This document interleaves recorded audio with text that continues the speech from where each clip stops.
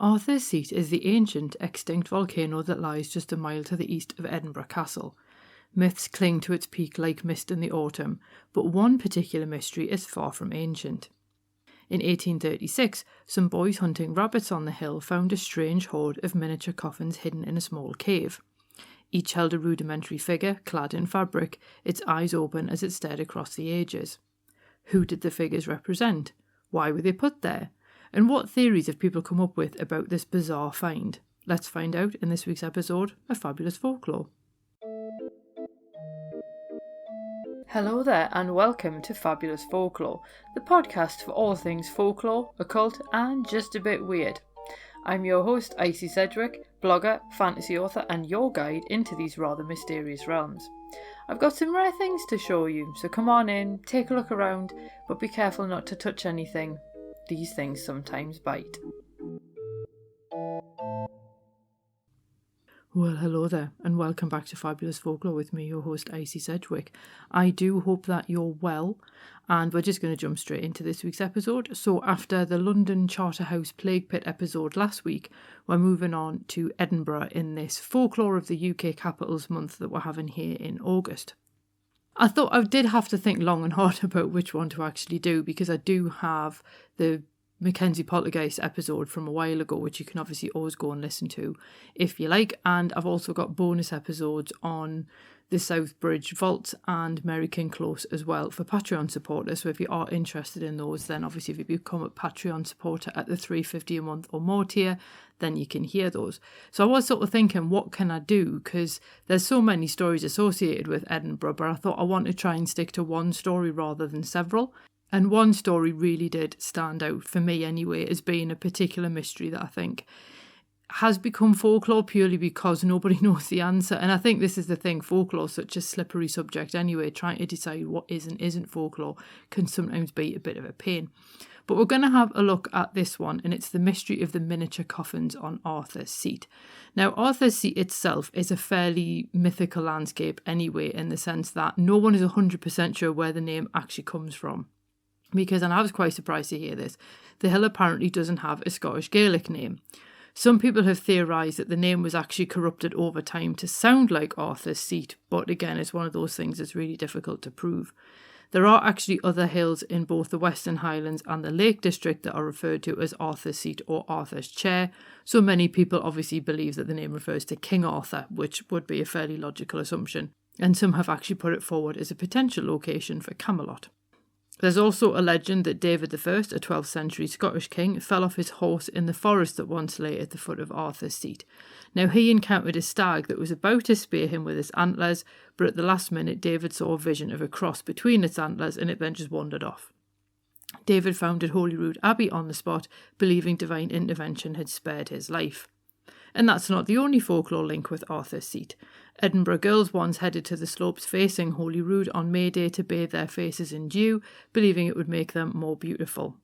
And in another legend, a dragon lived in the area, and it often ate its fill of animals from the fields. One day it ate so much that it lay down and fell asleep, and I think we've all been there, but it never woke up again and thus became Arthur's Seat. But Arthur's Seat is also the site of a particularly odd find. So in 1836, 5 boys were out hunting for rabbits on the hillside with 2 dogs, and apparently it was the 2 dogs that they discovered the small cave. Inside they found some slates standing up, and then behind those they found 17 miniature coffins containing small wooden figures. Now apparently the coffins lay in 2 layers of 8 with 1 more coffin on top of the other 2 layers. Now the coffins themselves are just under 10 centimetres long, and each figure wears a handmade outfit, and some of the coffins apparently had tin plates fastened to the lids as if they were coffin nameplates. Now it is believed that a lot of the coffins were destroyed after the boys started throwing them at each other, but according to one story, one of the boys told his teacher about the find the next day, and luckily for history's sake, Mr. Ferguson was a member of the local archaeological society. So the boy handed over the remaining coffins to his teacher, and Mr. Ferguson was able to examine the contents of the coffins. But for a time, a jeweller called Robert Frazier actually kept them in a private museum, and he would show people the miniature coffins if they asked to see them. Now, he actually retired in 1845, so the coffins went up for auction, and the coffins all disappeared from public view once they were snapped up by a private collector.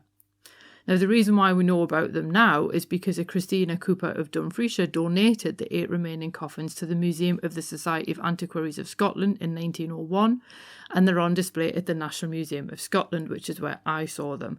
And there are photos of them on my blog if you are interested, although I am actually going to put an image of them in the YouTube video if you're listening to this on YouTube, just so that you can sort of see what they look like, because it makes what I'm about to say make a lot more sense if you can actually see them. Now, Professor Samuel Menefee and Dr. Alan Simpson analysed the coffins in the early 1990s, and they discovered it was likely that the same person made all the figures, though it was more likely that 2 different people made the coffins. They thought the figures might have originally been toy soldiers due to their construction, so that they were probably repurposed as bodies rather than having been made that way. And in fact, some of them don't have arms, and the theory was that the arms were taken off so that they would fit inside the coffins, which kind of implies that they had the coffins first and then came up with the figures later, rather than just making the coffins to fit the figures. But the other thing that's really bizarre about them is that eyes are all open, and that's quite a big clue that obviously they were used for something else beforehand, because if they'd been made intending to be corpses, then you would have rather imagined that the eyes would be closed. The other thing that's quite notable is none of the figures look the same, which leads most people to assume that they're supposed to represent different individuals, and that is going to become important later on. Now, Simpson and Menefee also noted the use of tin as a decoration, and because it was similar to the kind of tin that's used in shoe buckles, it led to the suggestion that shoemakers may have made the coffins, which would explain why someone had the skills to make them, but not the specialist tools required to make them to a higher standard, because they are quite rough and ready in quite a lot of ways. And the fabric used to make their clothes dates to the early 1830s, so they clearly hadn't been there that long by the time they were found.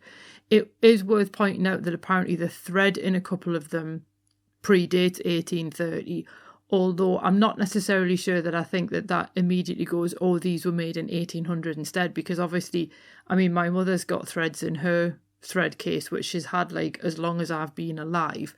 So if she then made something with them now, it wouldn't necessarily date the item to when I was born, if that makes sense. So I'm not necessarily sure that the age of the thread itself can necessarily be used to say when they were made, but it does at least give you an idea of the general gist. So obviously it's going to be like 19th century essentially. But there was a theory at one point that the coffins weren't all placed in the cave at the same time, because apparently one layer of coffins showed a much higher degree of decomposition than the others, while the final one placed on the top was completely clean and fresh. Other reports do contradict that and say that all of them were in good condition, so there is a little bit of disagreement among the stories. But ultimately, no one actually knows who made the coffins or why. Instead, all we have are theories, and that's what we're going to explore in the rest of the episode, because this is where it starts to dig into folklore. Now, one of the theories that was put forward actually at the time of the discovery was that they were to do with witchcraft, and people believed them to be used by the Weird Sisters, as they were known in the area, who apparently killed people by making effigies of them and then burying the effigies, which I suppose is one way of doing it. But as far as I know, none of the stories that came out at the time noted that anybody had actually gone missing, which you would think that somebody would have suddenly died if one of these effigies had been buried for this reason, unless of course you could argue that the witchcraft just hadn't worked. Other people also noted the practice of making effigies and then subjecting them to various forms of torture, and that actually comes from the long history of puppet magic. And I know that's been associated by popular culture with various forms of magic from other areas, but puppet magic does stretch back a really long time in the British Isles, and there is this idea of making figures and then doing things to them in order to work your magic. Now that can also be positive things as well, I should point out, but I think the idea with these ones is people were thinking, oh, they've been made, and then they were supposed to be targeting individuals.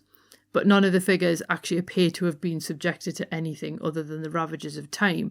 So again, if that was the original point of them, they don't appear to have actually been used for that particular purpose.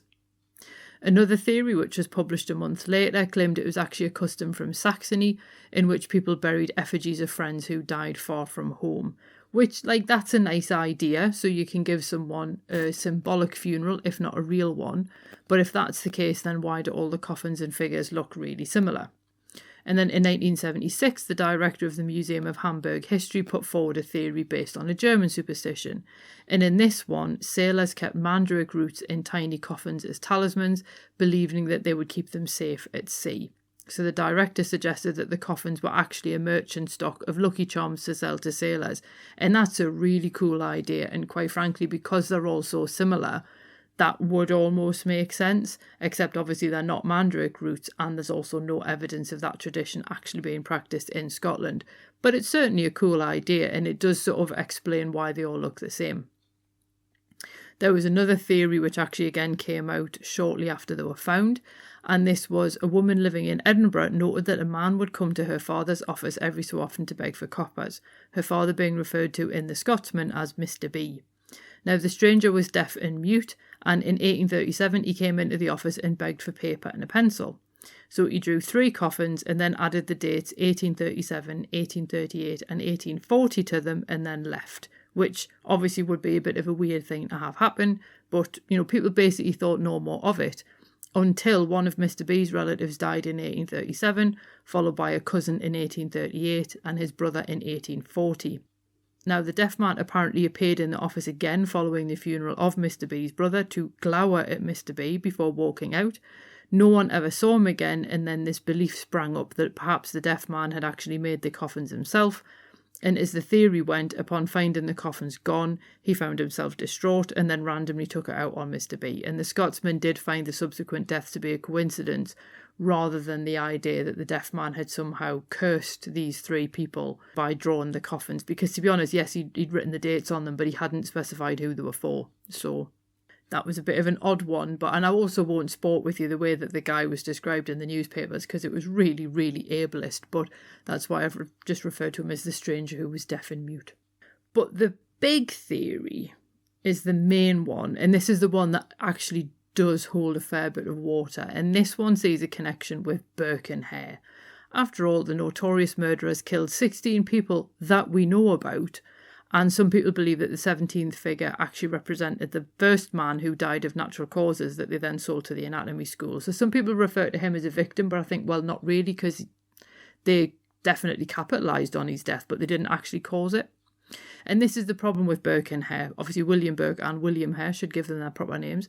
And they're sometimes referred to as body snatchers, but that title isn't accurate because a body snatcher would steal bodies from graves, whereas Burke and Hair murdered people to provide fresh corpses that they could sell. So they were essentially serial killers rather than body snatchers. So between 1827 and 1828, they murdered at least 16 people, selling the bodies to Dr. Knox for the medical school. And like I say, their first sale was this man who died of natural causes in their lodging house, and they sold his body to cover the rent that the man owed, and then their horrible new business venture took shape when obviously they realised how much they could get for fresh corpses. Now, I'm not going to go into the ins and outs of Burke and Hair because that then takes us into the realm of true crime, and that's not what this podcast is about, but I will put a link to the Poisoner's Cabinet podcast episode about it below because that basically goes into it way better than I ever could. But long story short, Hare gave evidence against Burke, handing over his friend in order to save himself, and Burke was hanged in January 1829. If you're ever tempted to watch Burke and Hare the film with Andy Serkis and Simon Pegg, I'm going to save you time, don't bother. It's weird how they've tried to trivialise serial murder by turning it into a comedy, and I don't actually think that it worked the way that they thought it might, but that's just an aside. So what do Burke and Hair have to do with these coffins? Well, some people do believe that the coffins are a memorial to the victims, and that the original 17 coffins referred to the 16 victims plus the first man to die. So in this theory, the victims are given a symbolic funeral to represent the funeral that they didn't receive after they passed through the dissection room. And there are other people think that it's the 16 victims plus Burke himself, which I don't really agree with, because why would you give him a symbolic funeral? Because obviously he passed through the dissection room as well, so he didn't get a proper burial either. But at the same time, I would sort of say it's probably more likely the first guy who they sold rather than Burke himself. Now, Simpson and Menefee believe the evidence suggests that the coffins may have been made over a period of time, but then they were interred together. But they also believed it was important to look at the event that prompted the burial rather than the motivation of the person doing the burying. So the most obvious contender for an event involving the deaths of 17 people in a short period of time is the actions of Burke and Hair. And this particular theory is also more plausible because of the fact that the fabric that makes up the clothing dates to the early 1830s. So obviously they can't have been buried for any more than 6 years, and given Burke and Hair were arrested in 1828, that puts them closer to the figures than any of the earlier theories. The only downside was that all of the figures wear male clothing, and Burke and Hair actually killed 12 women. So some people have said, considering a dress would in a lot of ways be easier to make as an item of clothing for a figure than male attire, couldn't they have done that? But I suppose, again, it depends how representative they really wanted these figures to be. So ultimately, what do we make of these miniature coffins? Ultimately, we'll really never know who put them there or why, unless any further evidence comes to light. And I think considering that this all happened nearly 200 years ago, I can't see any new evidence coming to light now, although you never know. So ultimately, I can't help thinking that the theory that they were related to Burke and Hair does make a lot more sense. And I think that this idea of a symbolic burial, again, makes sense, which is why it's really quite unfortunate that the boys decided it was a good idea to throw the coffins around and make a game out of it, because you think, that is basically then this symbolic burial site which is being disturbed. If you listen to the other theories, I think the witchcraft one you pretty much have to just dismiss out of hand because of the fact that the figures, again, it's not clear who they actually represent. There wasn't any DNA evidence found on any of the figures, so clearly no hair or anything has been put in with them. And it's also the fact that they clearly haven't been used to actually injure anyone because the figures are intact.